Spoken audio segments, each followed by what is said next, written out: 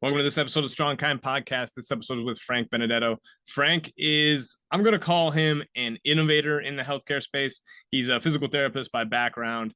He runs or is the head of the Honey Badger Project, which is, I'm going to call it a healthcare company that is mission driven in changing and innovating healthcare. Frank is somebody that has mentored me, has coached me. He's really helped me learn to be more of a leader, be a business owner, and just he's pushed me to better places in my life, and I'm very thankful for him for that. This was a great episode. We talked about just leadership, healthcare, making change, and how hard a lot of this stuff can be, but how rewarding it is at the same time. So really appreciate Frank coming on. Hope you enjoy this episode. Thanks for being here. Peace. Oh, my clothes out of the way. No, nobody cares about those. I'm not going to edit this out now, Frank. Mary made me. Our podcast starts with me moving clothes. This is the reality. You know what I want in 2024, Frank? What year is it? 2025. I want real. I want it to be real. I'm tired of all the bullshit. That's probably been one of my biggest things is I'm just tired of the bullshit. So let's maybe start there. Back. You're going to put them back? You said you wanted real. There we go. Dude, I did a podcast with Brad Stolberg. Have you ever heard the practice of gratitude? Yeah. Or no, practice of groundedness? Yeah. He reached out to me. He's like, my buddy shared your page with me and he said to reach out. And so this was like a month or two ago. And it is like the universe, man, because I just started like, I want to write more. And like that guy's a writer, right? And but he's very real. But I was wearing a shirt and Mary's like, you need to change your shirt because if you do two podcasts in the same shirt, you're gonna look like an idiot. So I went and put on a sweatshirt. So all right, let's talk about realness, because that's something that you've brought back a little bit in your content strategy. And like you're trying to so just for anybody listening, Frank is my mentor. He's been my coach in business and life for a little while now. But you've been trying to do something really hard for a lot of years now, which is like change healthcare.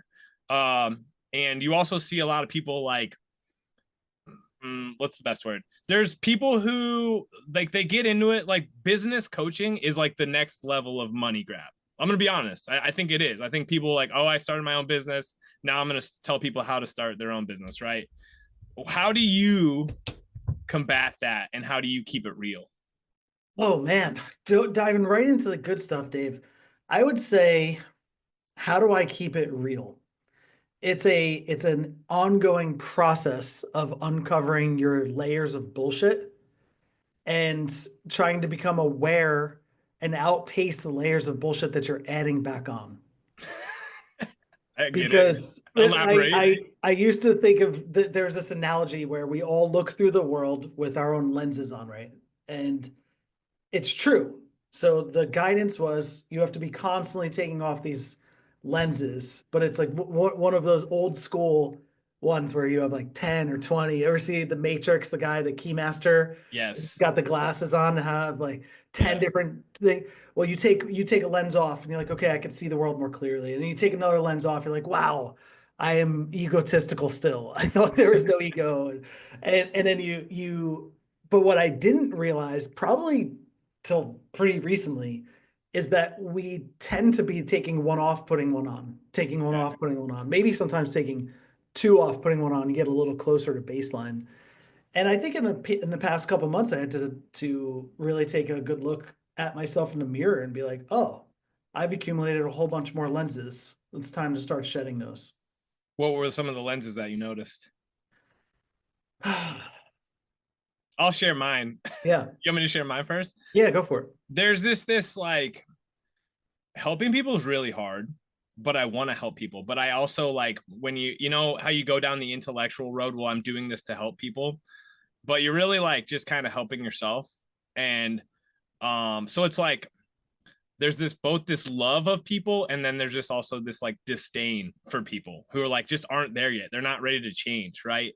And all you can do sometimes is freaking love people, right? and try to be there and try to give guidance, but like some people aren't just ready to learn the lesson. So it's like I've had to do that multiple times where it's like, hey, I want to like eat to myself, but I want to help you so bad, but like I can't and it makes you like almost like, ah, man, why can't you get out of your own way? It's like they can't see it, right? So I've had to like consistently, I'm not really that kind, right? The strength and kindness piece is like, it's just kind of funny, right? That's not true. But it that is is like, such an exaggeration. You're not yeah, kind. I'm pretty freaking kind, but it's like, like you want to help people, but like until people are ready to learn the lesson, and you gotta kind of accept, you have to be a little accepting, and that can be really hard when you want to make change, right? When you want to, and when people are capable of it, well, maybe don't know, but you want to believe, right? That's like where I'm constantly trying to, be there. And I think you struggle with that too, I would say, to some extent. Yeah, I mean, there's a part of me wants to fight it and say that people need people who are less accepting in their lives. True. That there's this fine line between being the spark plug in someone else's life, even if that there's a risk of them getting pissed off or overstepping a boundary. Because the reality is that most people have accepted enormous levels of mediocrity. Yeah. And I mean mediocrity in a holistic way, like in life, mediocre relationships, mediocre job, mediocre impact, mediocre health, mediocre everything. And we need more people around us to say, this actually all this is really all you want? Like this is okay. Yeah. And sometimes people are not going to take that.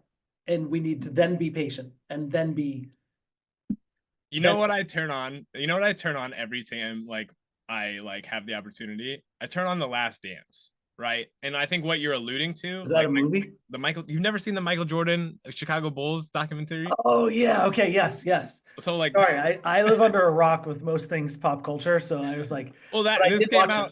I This did came out watch in that when it came out. Yeah. 2020, right? And like, but like, I think what you're alluding to is there's a non-dichotomy there, which you say a lot, and I believe, right? And you've helped me see that too. It's like, but like Michael Jordan's gift was he was the best, and he wanted to push people to be the best.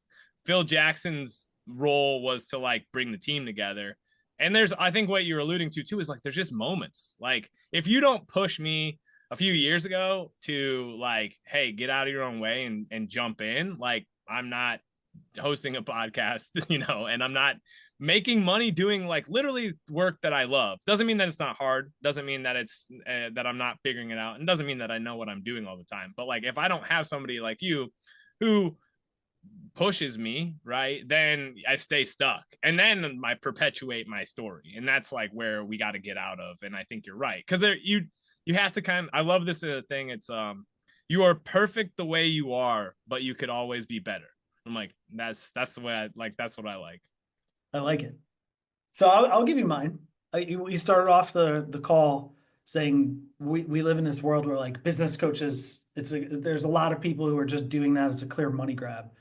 And I believe that a part of my issue in the last year or so is being hyper aware of an image, because I'm not a business coach. I don't identify as that title. When I started the Honey Badger Project, it was to start a business incubator.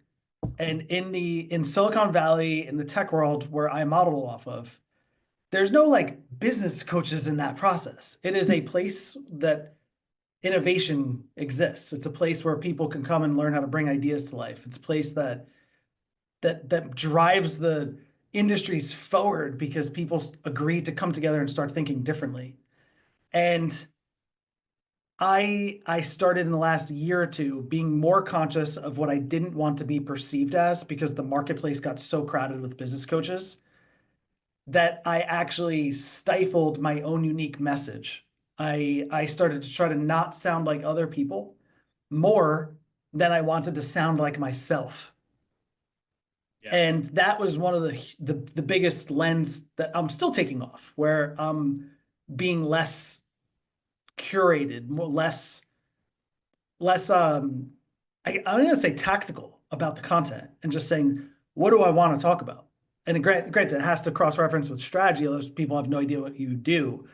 But yeah, that was a big lens. I found myself counter positioning with my marketing instead of positioning.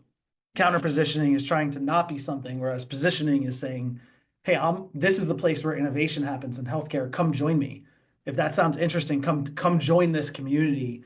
And desperately not wanting to sound like these people just hopping on pretending to be business experts. Well, and that's what, and I think like the principles of business are relatively like, let's just to really break it down. Like you need a service, you need a product, you need to talk about that thing, you need to learn how to sell it in a positive connotation, which we, I deal with a lot of people. You do a lot of people who think selling is a bad 4-letter word, which is kind of dumb. I'm just gonna be honest, it's not. It's just communicating what you're trying to do and getting somebody on board, and then you need to deliver the product, right? But like, I think one of the things, so yeah, it's like people want things to be easier, right? And then they have people who are like, oh, this is what you do. There's a secret. It's like everywhere, right? It's rampant. It's in strength and conditioning. It's like, this is the secret, right? How do you like get people's attention? I think what's been awesome for me, just to use my own experience, is like, I'm hosting a podcast. Is this hot podcast necessarily like an integral part of what's making me money right now? Not necessarily, but it's taking me in the direction I want to go with like my marketing strategy, right? And it's also it's really freaking fun. So like me making money and being in business for myself has allowed me to evolve my business, right? And I think that's one of the things people overlook is you got to like get in on the game and start going to figure out where you're gonna keep going, right? And that's hard for people who, maybe they're in like to go back to the Matrix, like their mind is not free of the potentialities of getting in business for themselves. Like, what are your thoughts on that? Yeah, I mean the healthcare profession is in a myopic lens right now. Just who thinks that there's only two options: either crush insurance visits 6 an hour, or charge an exorbitant amount of money per session. And those two realities are like, I would literally choose to do something else. If those are my only two options, I would be somewhere else. And the option in the middle, the ones that my practices all still use, is using technology to create a lower entry point for consumers that still disconnects as time from my income potential. But here's the reality is that most people have no business experience at all, so we have to start small. Yeah. And we need to, if we use a gear analogy, a business is a machine that we build. And we need 3 gears to get started. We need the product. We need to offer something that's not just our time. And then we need a marketing method that gets that product in front of people to say, oh, that sounds interesting. And then we need a sales process that converts those people who are interested into clients. Those are the only 3 gears you need. But if that's all you do, then you'll be sort of trapped in your own machine. And that's where you have to then start installing other gears like automations or technology or team that then make the machine more efficient without as much time and energy and money from you. Then you get the privilege of tacking on things that don't technically matter. So your podcast right now doesn't matter, but in 5 years, I guarantee you it will matter, but you earn that privilege because of the model, right? And I think that's a huge part of what healthcare is missing, is that they just see this dichotomy. Yeah. Well, like, and it's like innovation has been stifled, right? And individual practitioners who may have good ideas, like, don't see the pathway to utilize those good ideas. Because if you take them to like a bureaucratic place, or you give them in the hands of somebody else, it's like they're just gonna not execute your thing very well, right? So it's tricky. And like, okay, so my own story is I went to PT school with the intention of opening a CrossFit gym, right? Or I was actually going to go to medical school to open a gym, which would have been a terrible idea. Because like, oh yeah, I get a medical degree and be $400,000 in debt to open a gym. But I went to PT school with the goal of opening a CrossFit gym and then doing like rehab and training in the same space, right? You envisioned some form of entrepreneurial journey when you went to school, yes, correct? I did. Like, so I think this idea had been planted in my head that I wanted to do something entrepreneurial, right? Same with you. There's a lot of practitioners who maybe didn't have that, right? What would you say to, like, if you didn't have that, why should you venture out on your own? If if they like, yeah, give me your answer. No other caveats from me. Yeah, there's the marketplace simply doesn't exist yet. So if you look at every industry actually follows the same patterns since the beginning of modern business. And it's these cycles between basically small businesses then banding together to become giant businesses, and then those giant businesses falling apart, to which then an enormous amount of small businesses are created. And this period of consolidation and fragmentation occurs over and over again, but usually, depending on the industry, it could occur over a course of decades.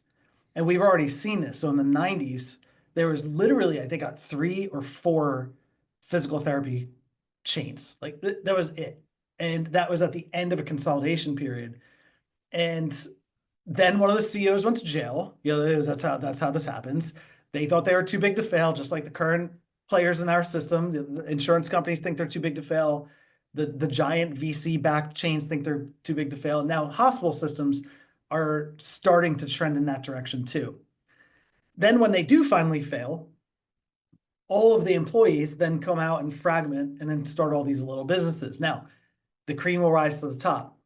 The most profitable businesses will start to realize that the fastest way to acquire more clients is no longer through direct to consumer marketing, but instead to acquire other smaller businesses. Mm-hmm. Then they'll realize, well, I can't afford to do that too often. What do? I go and raise money from investors. The investor money pulls in, conglomerates form, and the process, they stay mission driven for a period of time. Investors eventually take over the majority of the company. All decisions are made then through the lens of finances. The company then falls apart, and we repeat the process forever. So we are in my opinion, at the tail end of the consolidation phase. And you want real? I'll come clean. I sold one of my clinics to a consolidation. Yeah. So I had one clinic that was large enough out of the 5 that sold, that went to a venture capital based company that started with 5 locations, got a little bit of seed money, got to 30 locations, got the real VC money, got to 100 locations, got the big bucks to then go from 100 to 3 or 4 or 500.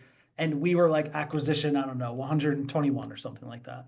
The other 4 sold to more like local businesses and things of that nature, smaller players.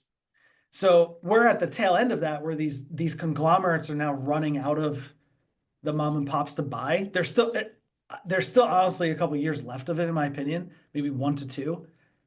But the fragmentation is also already starting, because we're seeing clinic managers now go, I'm tired of this, because they've been through cycles. Now, if anybody's in one of these giant chains, you know this phrase: the next bite of the apple will be bigger. So Dave, have you ever heard that phrase? Yeah.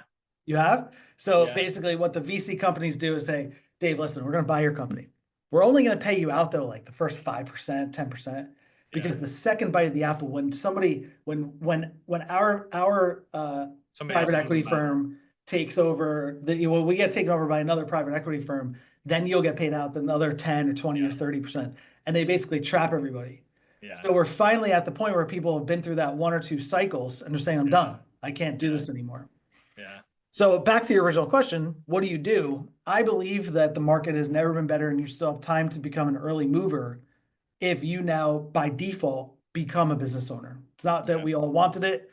In fact, I gave up on my entrepreneurial dreams in my final internship. My last CI convinced, I was 1 signature away. I had the gym lined up.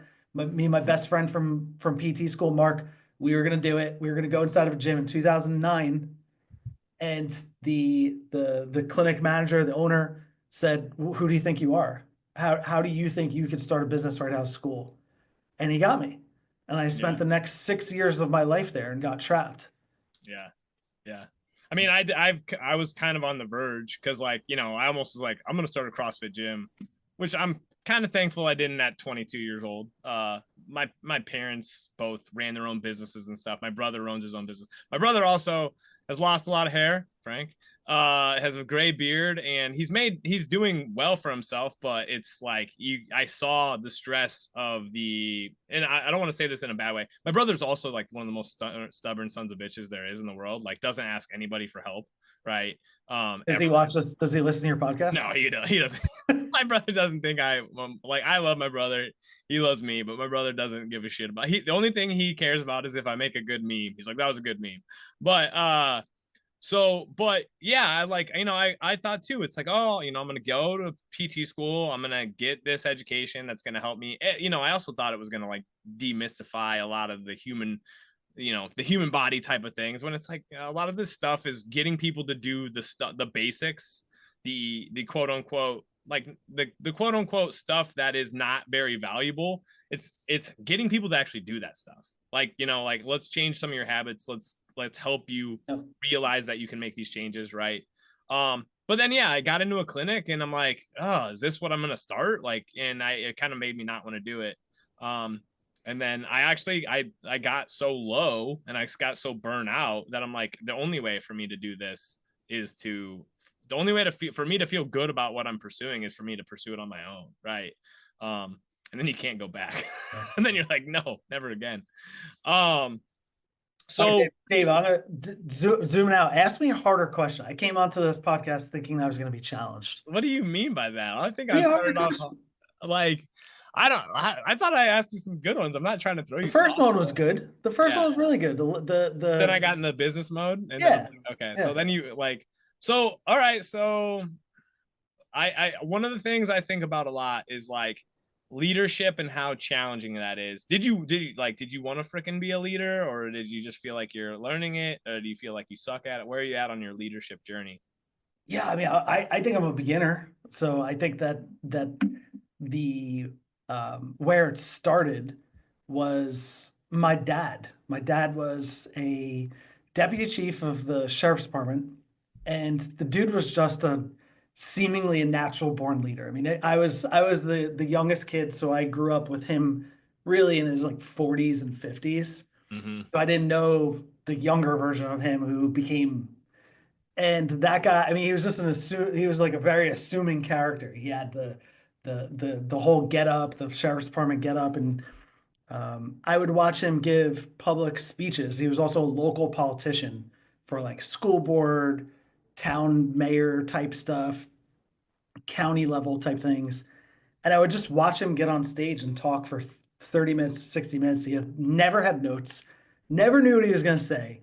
I was like, and I just sort of modeled that. That was my thing. But he led a team in the sheriff's department of hundreds. And I think that's where I just sort of always looked up to it. And when I was young, it was a model that I was like, I should be always looking for leadership positions. So I didn't run for class president my senior year. Do you want to know why, Dave? Why not? In high school, my girlfriend at the time really wanted to be class president.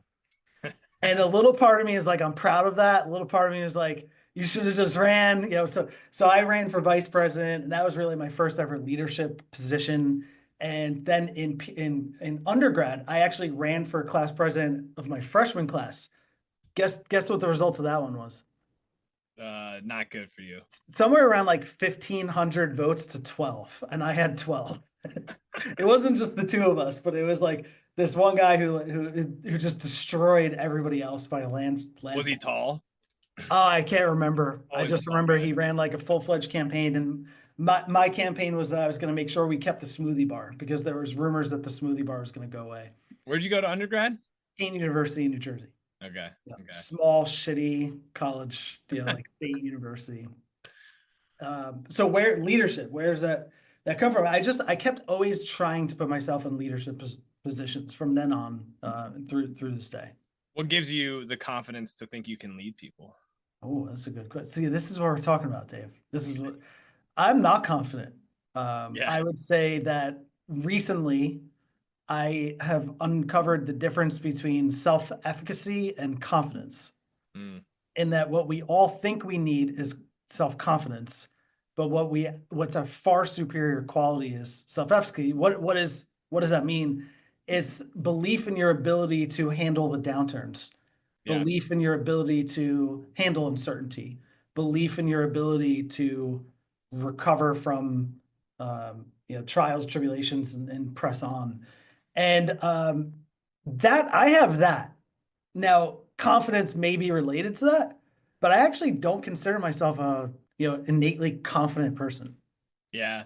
I don't know. Like you talk about who's innately confident, and it's, again, non-dichotomy. I'm using your terminology there, but like, it's kind of like being a psychopath is like innately confident people, right? Like, self-efficacy is a good way to look at it. Like, I always go back to it's like the Disney way, where the Disney way is, and you're a big fan of Disney, right? But like I am. the thing that people remember from their Disney experiences a lot of times is when things didn't go well, but then it was made right, right? And that almost like that's what leadership really probably is like when shit hits the fan, it's like, all right, how do we make this right? How do we get on the same page? And that almost buys more trust than yeah, just having a good, because like when you just have a seamless experience, it's like, well, that was what it was supposed to be, right? Expectations met reality. When it comes to, go ahead, like, yeah. I can tell you about, so in my first business, we had 5 locations, almost 50 employees. And I remember reading about, towards the tail end, right before we were about to sell, I remember reading about this concept called radical transparency. Mm-hmm. And it's a leadership philosophy where you basically, in real time, update your team on what's going on, even if it's scary, bad, perceived to be negative. And I remembered in that moment, we were the opposite. We were always just trying to maintain an image that everything was good, even through ups and downs. I wasn't aware enough as an entrepreneur to realize that the ups and downs are always inevitable. There's no business that's not operating in a wave sign. There's no linear business, period. And at that time, I realized I don't think this is working. And I think we corrected it in time to be able to sell the business, because selling the business requires a degree of radical transparency. When I started Honey Badger, I resolved to lead from the beginning with radical transparency. And you've seen me do it. So with you being on the inside in certain roles, when shit hits the fan, I literally tell the team. Now, radical transparency, in my opinion, is actually so easy. It's like people are terrified, leaders are terrified of it, but it's actually kind of a selfish way to lead, because I don't have to bear the burden anymore. I don't have to bear the burden alone. Yeah. So if we have a huge downturn in leads, which is something we went through, I'm like, guys, leads are down, like way down. What are your ideas? Like, how do we fix this? Like, I'm not able to turn around the way that I have in the past. Like, who has ideas? That's actually easier for me, but it's actually much harder to do. Yeah. Once you do it, it's actually easier. And it's actually harder as a team, because they have to burden. They have to share some of the burden. But most people, they want to. If you have the right team, they rise up and say, okay, let's figure this out. Yeah. Yeah. I mean, acceptance of reality is a good principle in life. It's just really hard to accept reality, and and also when you're the perception of leadership, pretty much since humans have recorded history, is like the leader is strong, the leader like bears the burdens of the world, right? And like, that's not really how tribes work, or groups of people work. So okay, like, what are you presented, was it CSM that you were at last year? Yes. What was it like? I haven't been back to an APTA thing. I haven't been to anything in our organization, like in our professional organization, in I think 5 or 6 years. Like, not because I just don't like glad handing. I just think it's like, oh yeah, we're all patting each other on the back.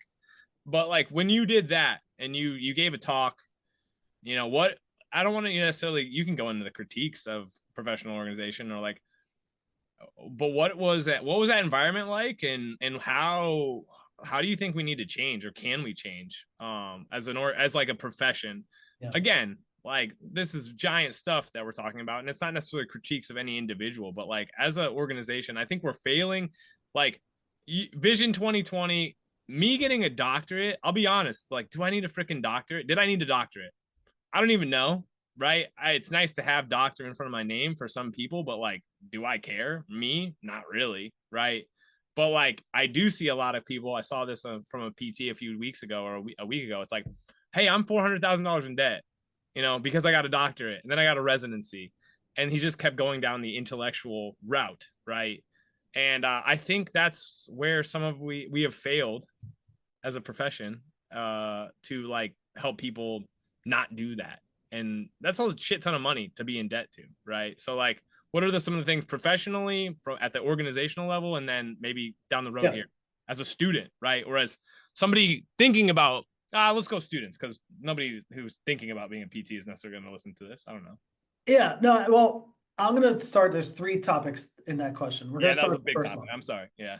The first one is this whining about, oh, why are we doctors? Poor me, I'm a doctor, needs to fucking stop. Yeah.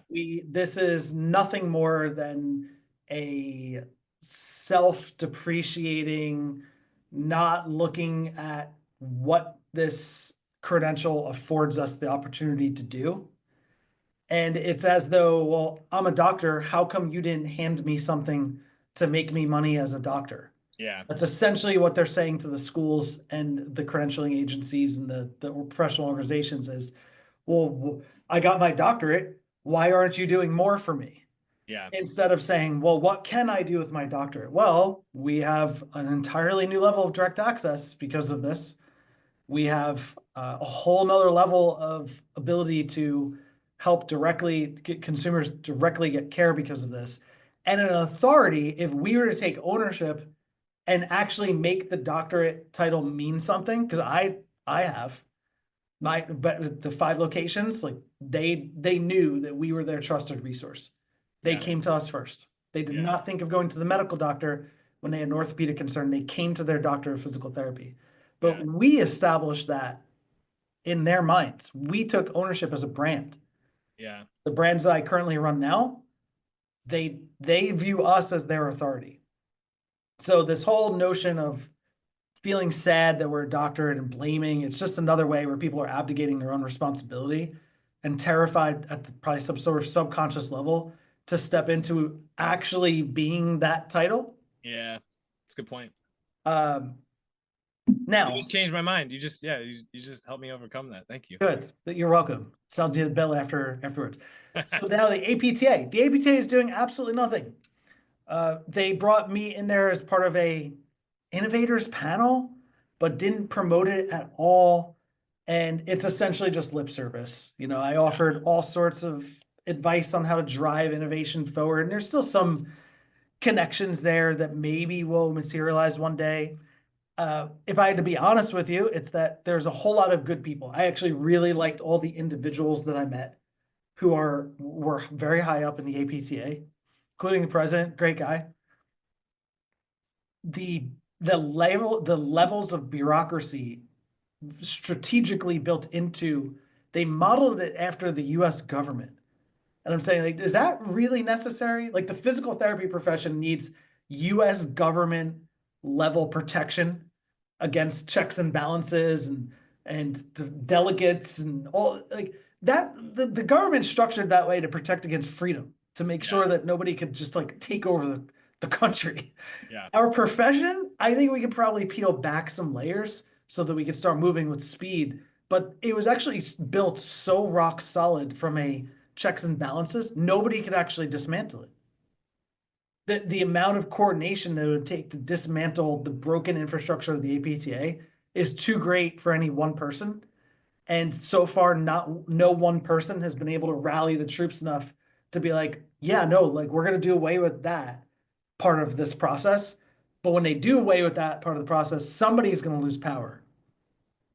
And no division of the APTA is willing to lose power for the greater good of physical therapy. That's the truth. Yeah. There's a third part of that question. Students.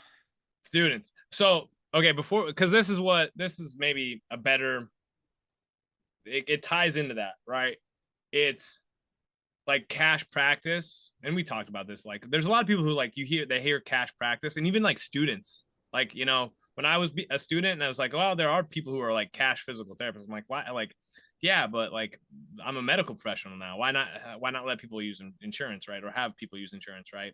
So maybe that's two pronged, but like, what is it that there's like this stigma against like being a cash practitioner? Why do you think people have that? And is that a narrative that can change?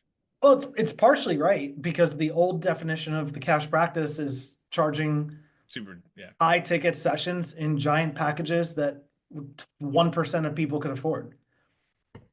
And that to me is not I don't want that.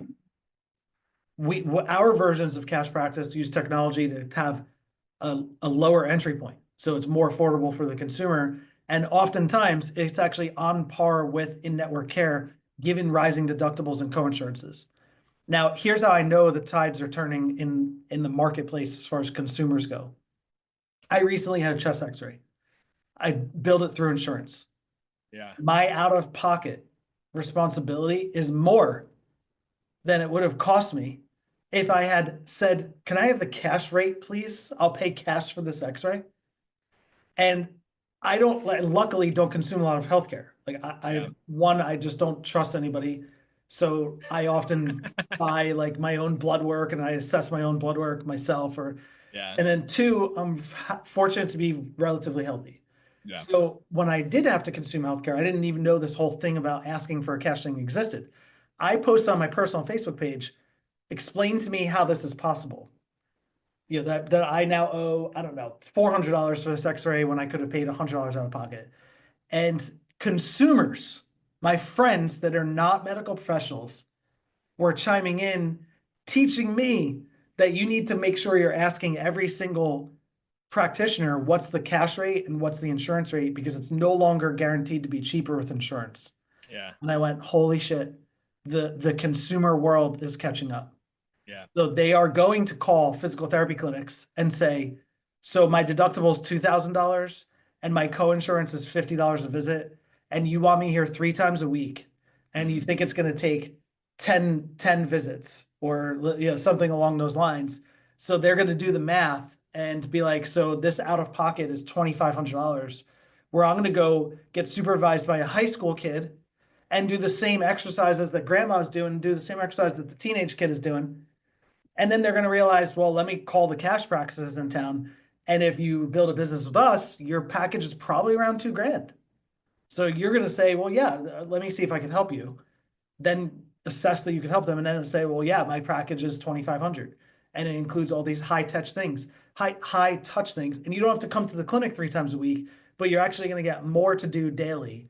And people are going to see the value is so obviously lopsided. Now, if all you do is sell cash sessions, you're only one step removed from that, and chances are you're now going to be exorbitantly higher. So now you're going to say, well, yeah, if we're going to do 10 sessions for $200 and that's all you get, it's still viewed as less than the time leverage way, which includes a whole lot more. Yeah, and I think the tides are officially turning. yeah. So when it comes to like, I was my segue into like fatherhood. There's a fatherhood question in here that I wrote down, but like you hit me up with a message, or you commented on, because I made a post about I'm only going to be so cool for so long, and you're like, you got to evolve with your kids, right? And I think that's a good point, right? But when it comes to like, you're probably not going to tell your kids what to do in life, right? But you are giving them lessons about maybe the paths to pursue from a career standpoint. Would you have them go into physical therapy? Would you have them go into medicine? Or would you say that these if are that's things what they want to do. Yeah. Absolutely. Yeah. The notion of this blanket, I would never tell somebody to be a physical therapist, is ridiculous. If he has an interest in, let's say, just fitness, then okay, well, there's no reason to. If he has an interest in just nutrition, then he doesn't have a reason to. But yeah, absolutely. It's just a matter of making sure that he would be prepared to actually use the skill set in a way that makes sense. Because the thing that I try to teach my kids all the time, and I look for the tiniest things. So we'll use Disney. Disney has 30 lines in the front, right? 30 rows across. Where do you think the least line always is? The least line. So wait, I don't The know. I've smallest never line. been the smallest line. So if there, oh, okay, you've never been, there's 30 No. gates. All Oh, it's this the least entrance. line. The least line is at the end. The least No. line is always at the left. Mm, So oh, okay. anywhere you go, people will tend to go to the right. Okay. And it takes the tiniest little bit of effort to do what the crowd is not doing. And Mm, it almost always gets you to where you want to go faster. mm-hmm. And I look for the tiniest little things to point out herd mentality, Yeah. following the crowds. And I'm always trying to note that for them that in life, you're going to be around of a lot of people that are going to do similar things. And that doesn't make it normal or okay. It doesn't actually make it the best way to do something. So, like if Frankie wants to be a physical therapist, I'd be like, cool, just know that the majority of your friends are going to now go and get jobs at corporate jobs because they're terrified and they think they need to go get mentorship and they're just going to make all these choices because that's what the generations before them did. You're going to choose differently. You're going to choose to create the career you want right off the bat. What is it about the intellectual dumpster fire of going further and further? Because you have a bunch of credentials, and like you've said this. Not anymore. Yeah, you just drop them all. Yeah, stop paying for them all. But like, what is it about that people keep like? Because there's people I'm sure that you've interacted with. There's people that I've interacted. It's like, yeah, I want to start my own thing, but I gotta go learn this about this specific thing. And like, it's like, no, you freaking don't. Like, you can help people, and a lot of those things don't really matter that much, right? But it's people go down those rabbit holes, right? And I'm not saying that education is not important, dude. I love learning and I want to learn, and I probably, my bias is still to reading more than I should or XYZ, but like, you don't need to go spend $750 or thousands of dollars all the time to learn stuff. Well, my credentials used to be PT, DPT, OCS, SCS, CSCS, TPI-1, PN1, FMSC, and PES, and like maybe three other bullshit ones. And that was all before I became an entrepreneur. I was trying to out educate imposter syndrome. And it becomes really easy to convince yourself that the next credential, that's going to be the one where I feel whole. That's going to be the one where I feel complete. And then I literally got every credential that could exist. I remember the one day where I'm like, well, what else do I get? I was like, oh shit. I actually don't think there's literally another credential. And that was true at that time. There was literally not another credential I could get that was relevant to my sports and orthopedics world. And I was like, I guess I just have to be okay. You have to be whole. Which, I are you guess whole, that, yeah, Frank? Are you whole? I just have to choose to believe in myself. Yeah, the choice And to believe in yourself, and like you said, self-efficacy of like, yeah, I'm gonna figure this out. And if there is somebody better suited, like, I'm not gonna work with national level track athletes. Like, that's okay. If I do want to start doing that, then I can go freaking learn, right? And try to get access to those people. yeah. So, Well, I've worked with at Team USA. I've worked at the Olympic headquarters, and that was the most garbage care I've ever seen. So yeah, I did a 2 week rotation in Colorado Springs for Team USA wrestling and boxing. And I was quite literally a glorified massage therapist where those athletes are conditioned to walk into the PT room and tell you what they yeah, want. And yeah, all of it was modalities. yeah, None of it had any clinical reasoning. yeah, I've also worked with the New York Giants, the New York Islanders, and better, but also ridiculous. yeah, So I have worked at the highest level and saw that garbage and was like, okay, I'm good. And that happened after my businesses gave me those opportunities. That's really when my, let's say, clinical confidence took off because I got a peek inside the rooms that we all think are such high level, and it was yeah. nonsense. Yeah, that's why I like working with 90-year-old Lorene coming to my garage, because I can be like, let's do some deadlifts, and she's like, all right, let's pick up some weight. And Yep. so yeah, because like that's, I think that's the facade that a lot of people go into PT school like, I'm gonna get to work with athletes, right? And I'm gonna get to do these high level things that I get to like be dude, I watched way too much of House. Did you ever watch House MD, where he's Yep. like the Sherlock Holmes? Like I was like, oh, I get to solve the problem. And it's like, oh, gonorrhea. Like, and it's like, it's never that shit. You're never figuring that. And gonorrhea is not a great example, right? But like, you really, we can get into this because I kind of want to ask you, like, what do you miss? And you probably get to some, but like, what do you miss about treatment if you do, right? Maybe you don't. That's okay too. I can see. Yeah, I mean, I still develop our clinical models.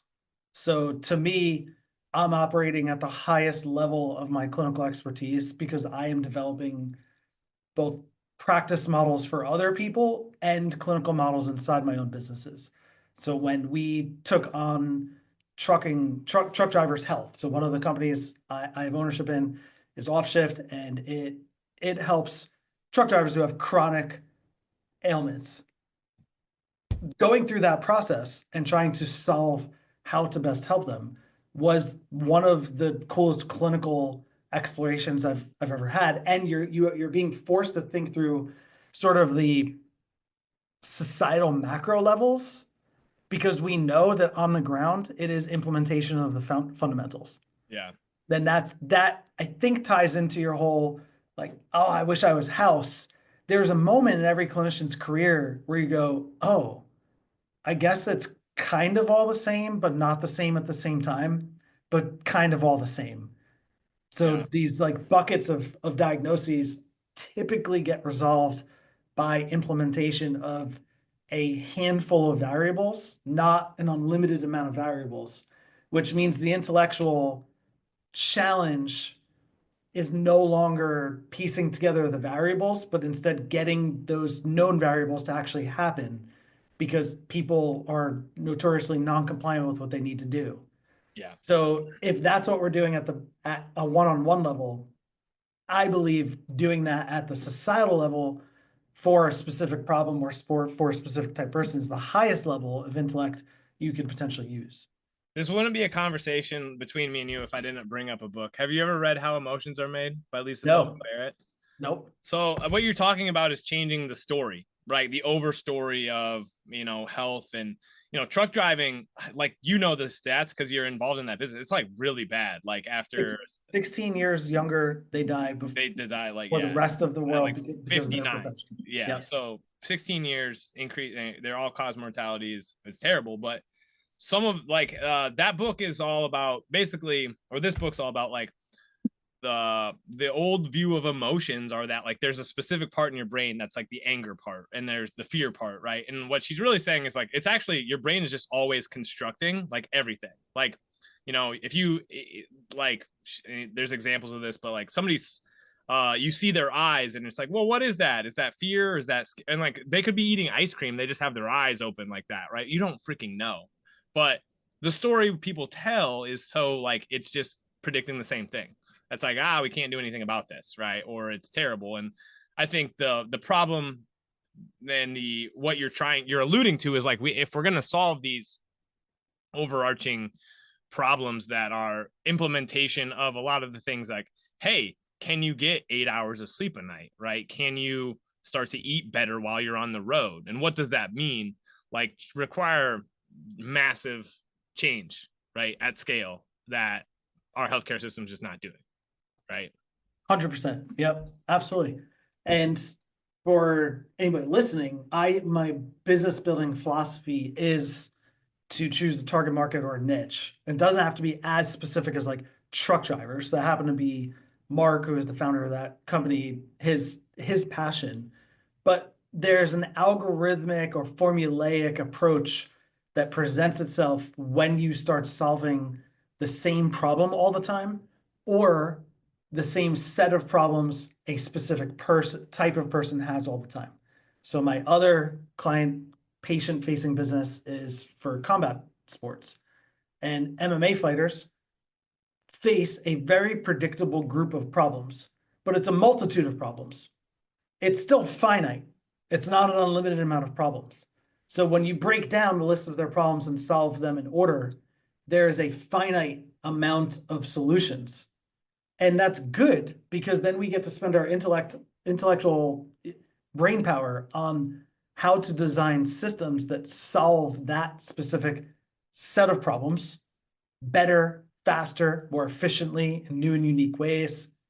And that's in my opinion, a much more noble and worthy cause to spend our career than one random person after the next in these like very classic outpatient mills. Now, if you're somebody who works inside of a gym, chances are the type of people who go to that gym are lumped together. Now, it might be a little bit wider than truck drivers or fighters, but they're still lumped together and usually experience a similar grouping of problems: low back pain, neck pain, shoulder pain, wrist pain, or if it's a yoga studio, chances are they're going to have wrist and elbow and shoulder pain.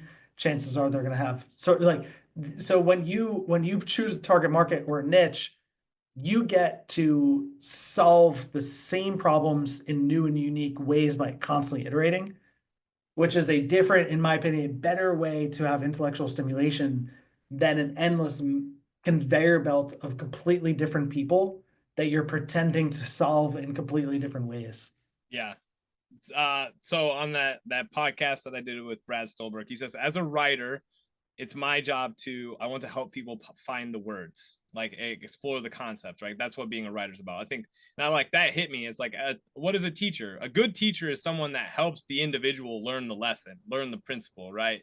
A good practitioner is somebody that like if you think that your job is just putting your hands on somebody, you're trying to solve problems with like the same input, right? And like the way I've grown to look at it more and more since, honestly, building out my business and trying to figure out the systems, but it's like I'm really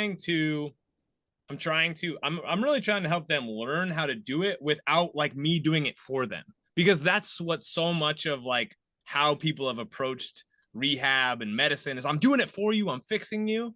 Like, no, I want to do you enough. I want to give you enough so that you keep going, right? Like that you keep involved in the process, but I also got to let you figure it out a little bit, because that's actually how you're going to change, right? And that's where I think there's a giant gap with how a lot of people practice, right? Well, I remember that existential crisis when I realized my hands weren't magic anymore. It was around 2014-ish.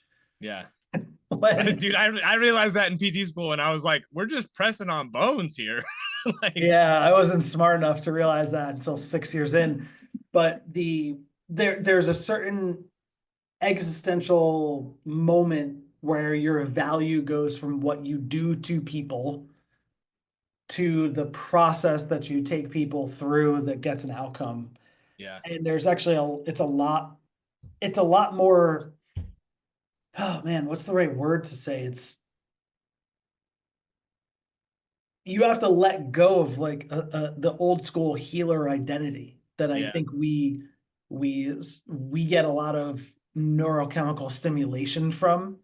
That when you do something with your hands and there's some sort of immediate feedback and they say, wow, thank you.